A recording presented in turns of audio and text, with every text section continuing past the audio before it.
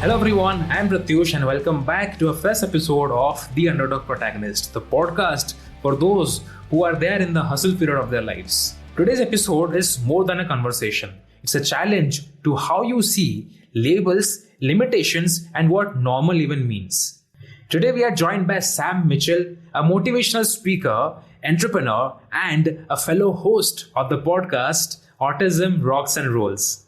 He had conversations with everyone, starting from Temple Grandin to WWE legend Mick Foley. But he's the proof that success does not need to look like what you expect. Sam's mission is clear. He's not broken and he does not need to be fixed. And neither do millions of people living with autism. Today, we dive into his journey, the stigmas he's smashing, and why being different can be your biggest strength. So without any further ado, let's welcome Sam to the podcast.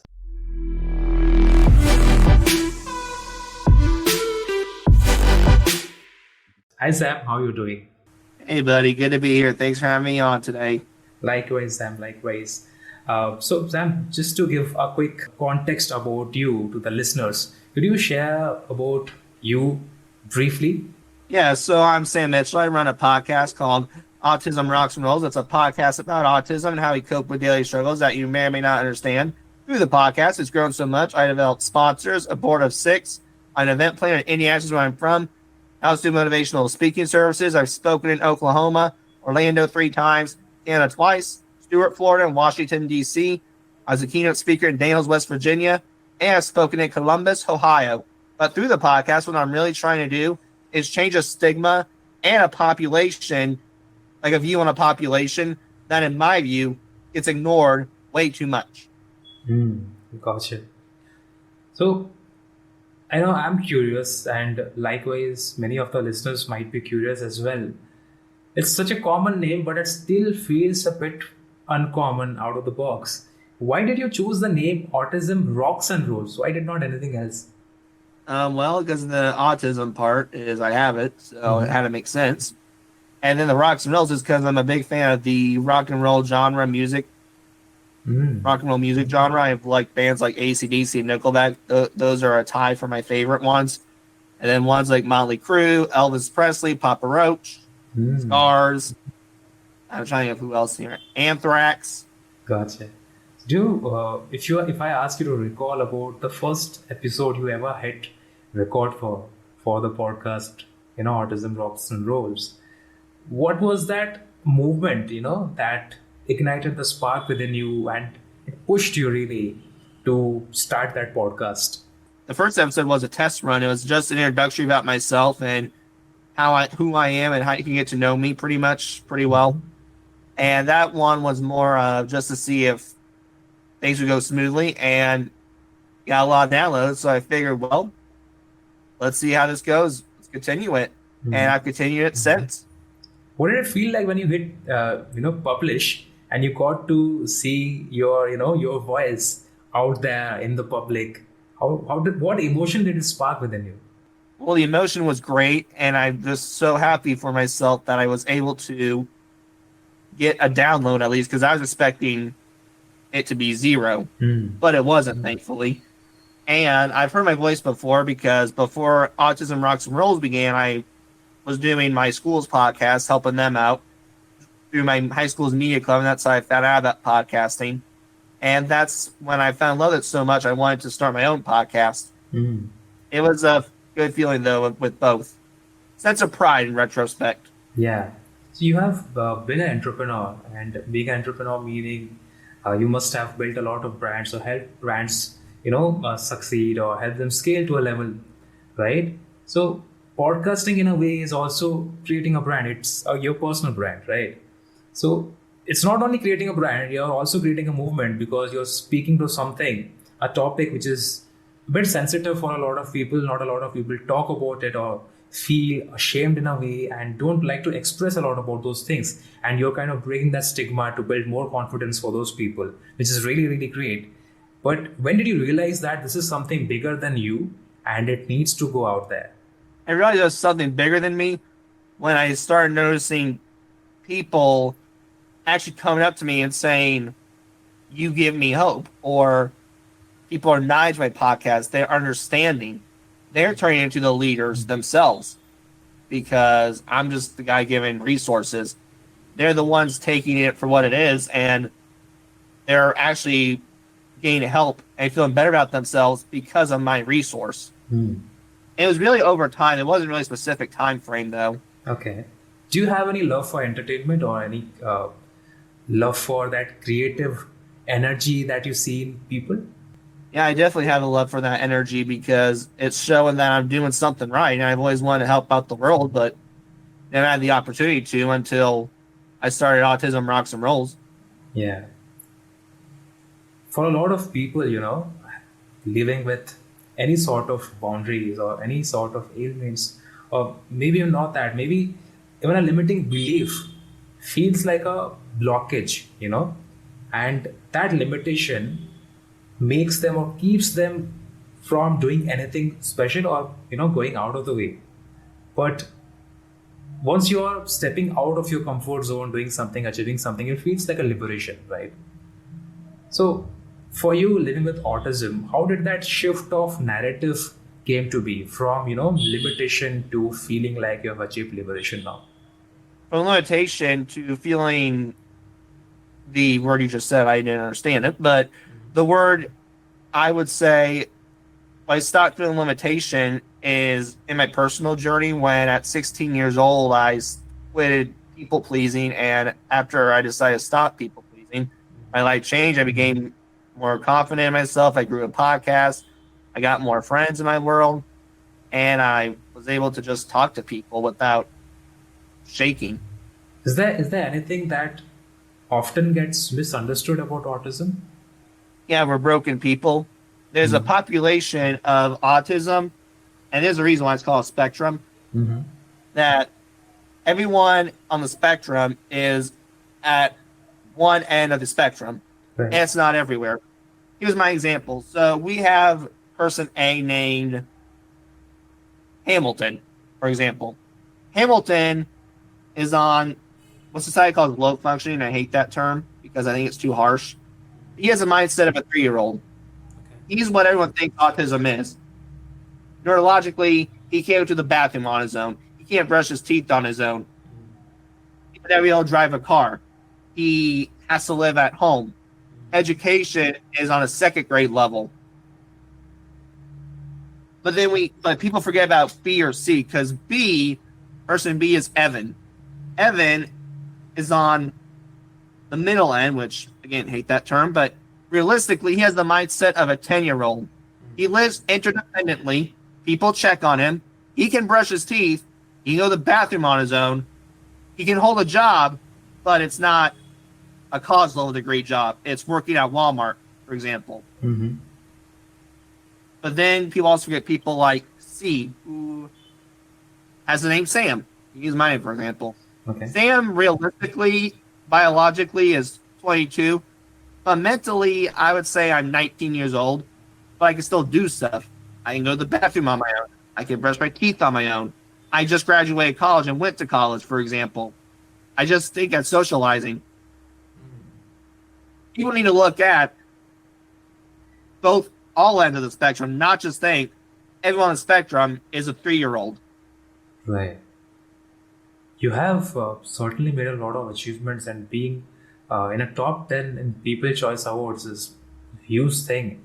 And having your podcast, ranking in the top 3s in I think in Canada, was it?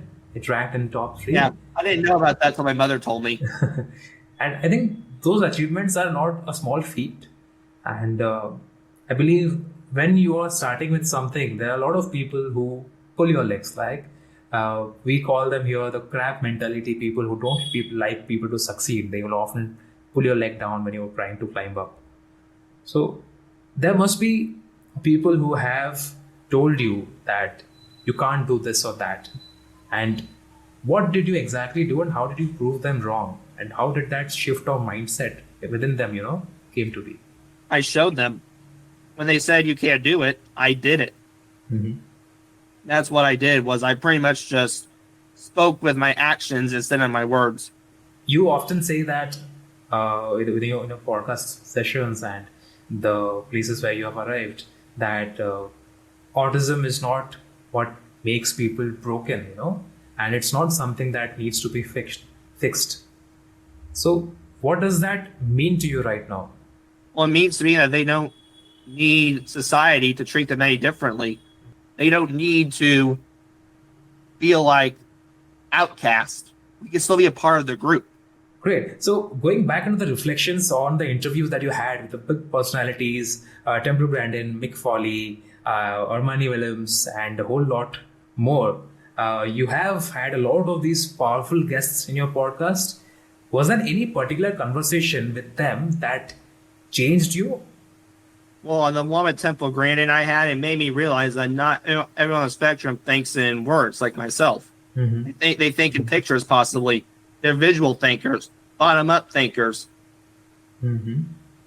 Everyone on the spectrum is not the same human being. It's kind of like what Temple said earlier in her life. When you meet one person with autism, you met one person with autism. And what of these guests taught you about confidence and living in a community?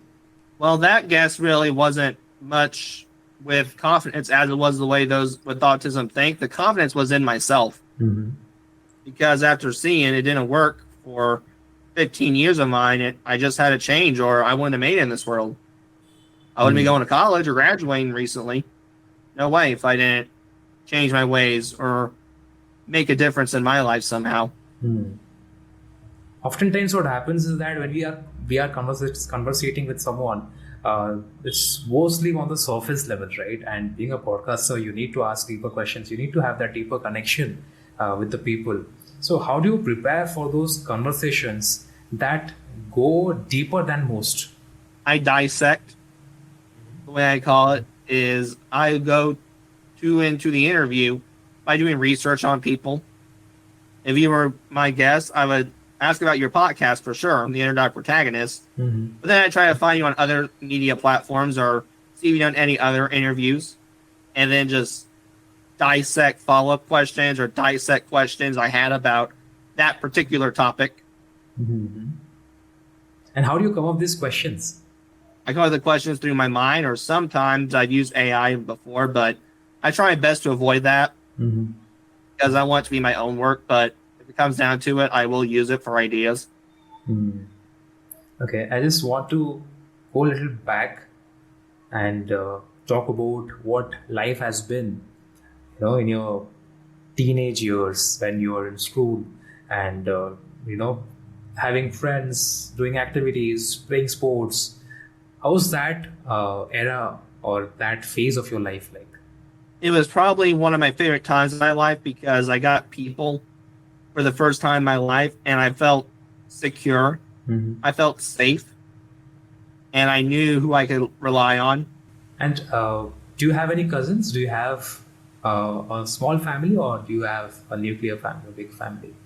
If you mean intermediate family, it's just me and mother and father. But if you mean extended family, I got a lot of cousins on one side of the family. Do they live nearby? They live in New York, some in Indiana, but just due to busyness, we don't get a lot of time to see each other.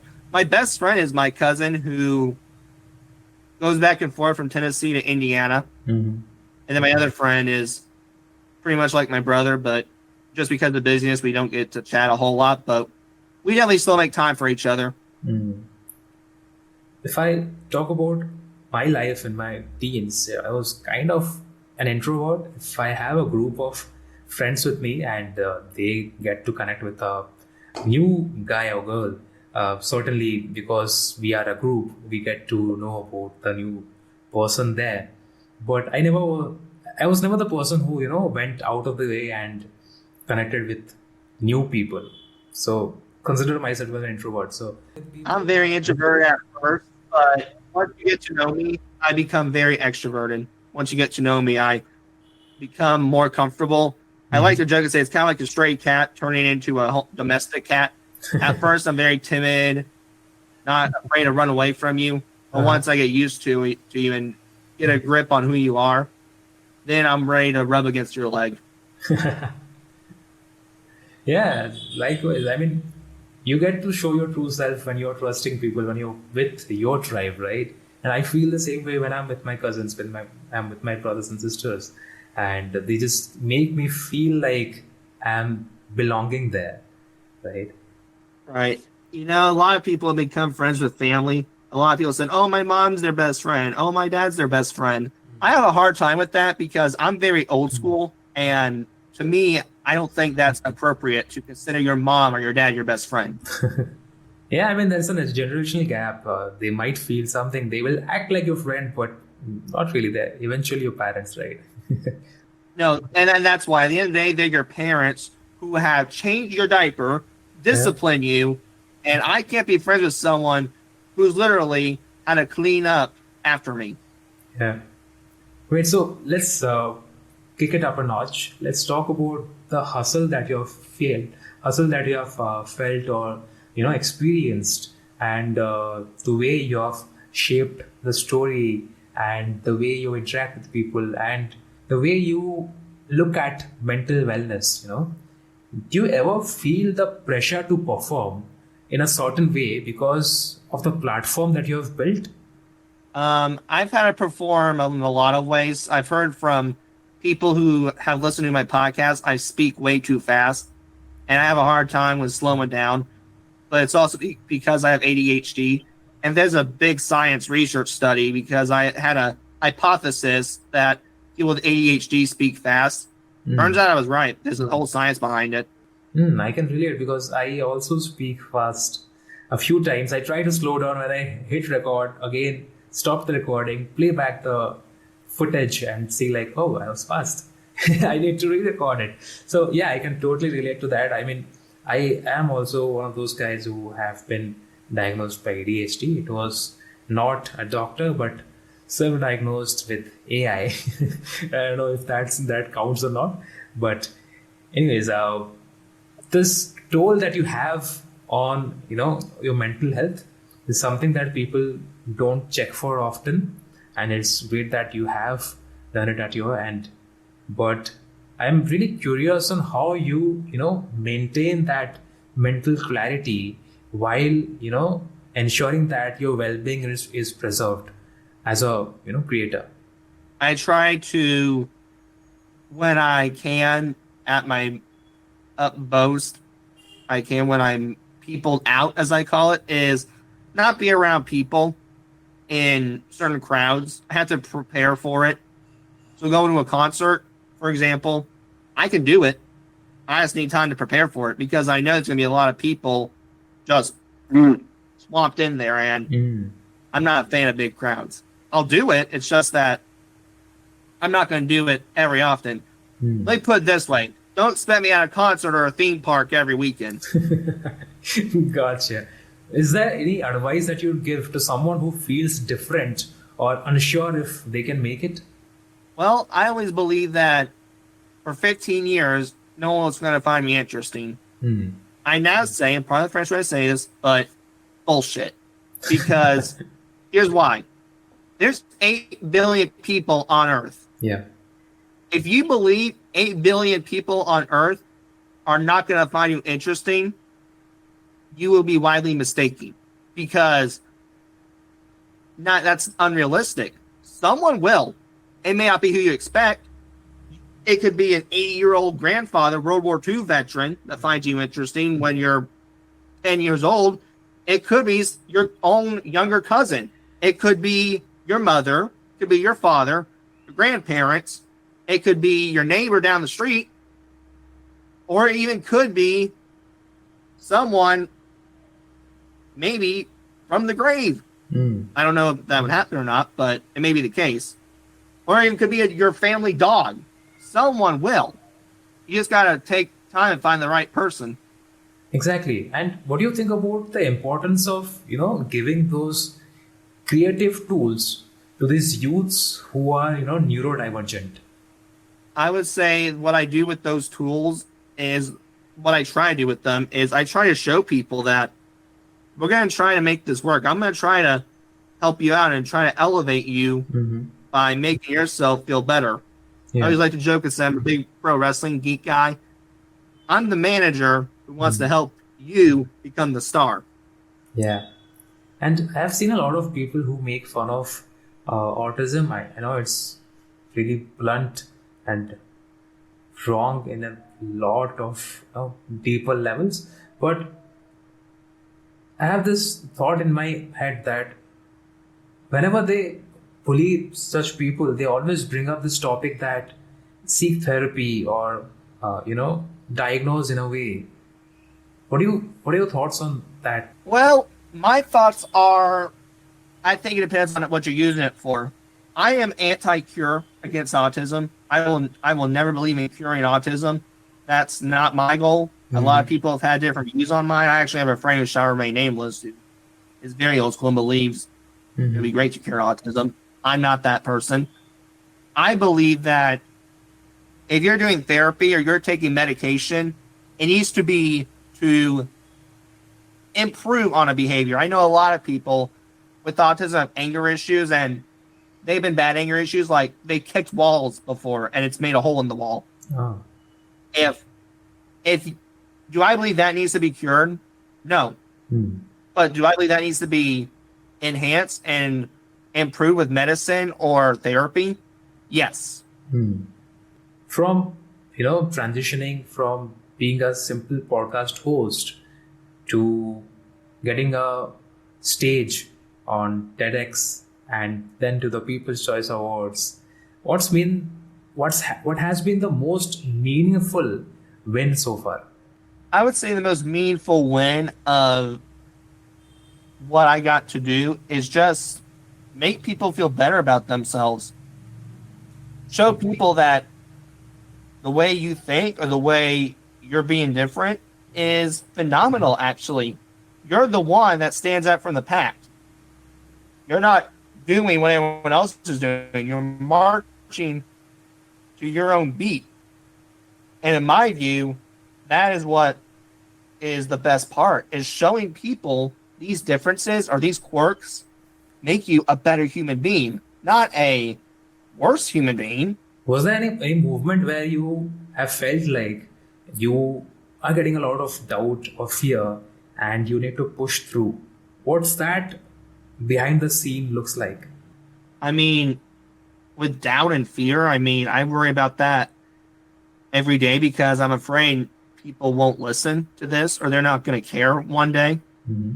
And autism will go back a few steps and we're not any more aware of it. It's just like, oh, you're autistic. See you later. I get nervous about that because in today's world, I believe we're aware of it. We're just not accepting of it. And that's my goal too, to get to autism to be accepted. I said this in a recent episode of my podcast, right? I was comparing broadcasting to autism. One of the things I said was autism is a great cause. Awesome, but I want it to be where it's not just a great cause. I want it to be where it's an everyday fact of life. I mean, there must be moments where, well, let's forget about the moments, but I just want to touch down on the achievements you have made so far. And there must be times where you have dealt with obstacles and you have certainly pushed through to get where you are right now. When did you finally say to yourself that I have made this far, now I'm proud of myself? I'd probably say the moment I made it this far and when I was proud of myself was when I saw the TEDx talk I was nominated for, because I got nominated for people to actually listen to me. For 15 years, no one wanted to. Now they're wanting to. That's not a revelation. I don't know what is. Absolutely. I mean, how does this nomination really work? Because certainly I have not been nominated ever to speak at TEDx. So I'm just curious about the dynamics of it. Like, how does one get nominated? What's the criteria for it? Or do people, vote for a person to get on the dais and speak something? People have to nominate you. People have to literally nominate you and tell TEDx corporate or TED Talk people, hey, I think this guy would be a great speaker. Here's why, yada, yada, yada, yada. Wow. So is there a forum that you have to fill to, I think there is a form to fill out. I just don't remember where it is. Oh, gotcha.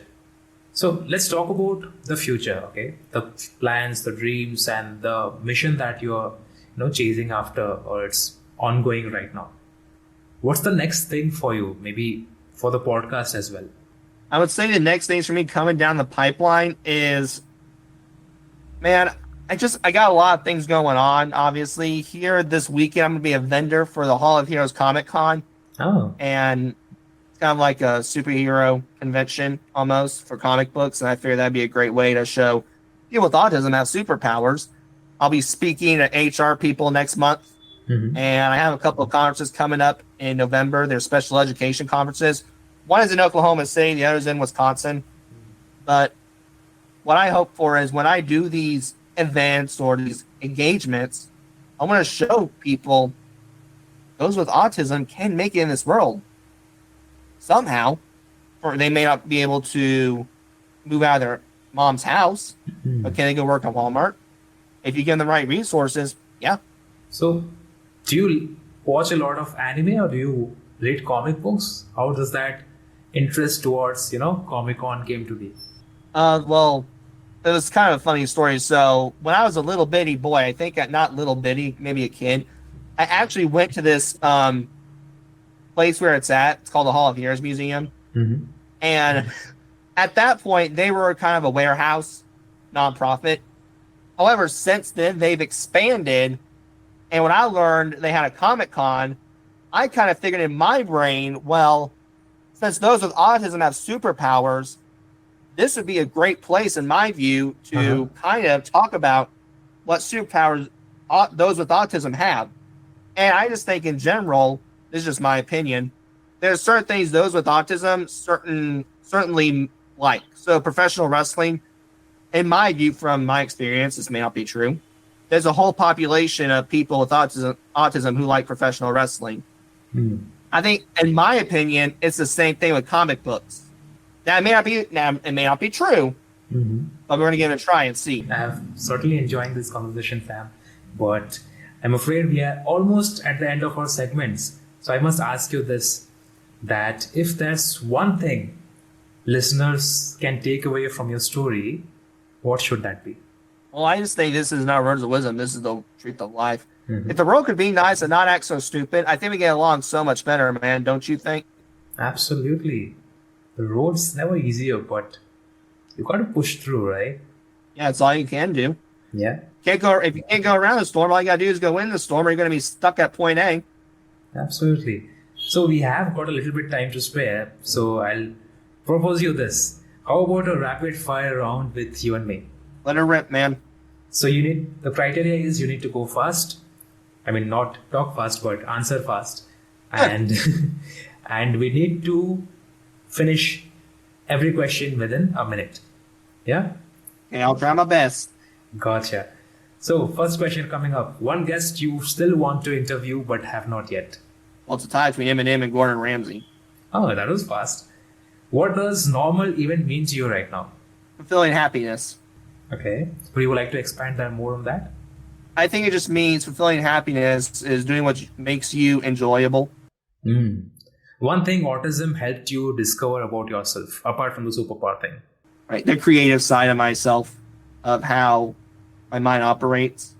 And if your podcast had a slogan beside your name about, let's forget about the music part, about rocks and rolls, what would it be? Man, I would say the slogan is, it's in the name, Autism Rocks and Rolls. That's the thing. No rocks and rolls. What should it be? Aw, dang. Autism should keep rock and rolling. That's a clever way to put it. Gotcha, Sam. Do you have any final message for the people who don't feel like they fit in?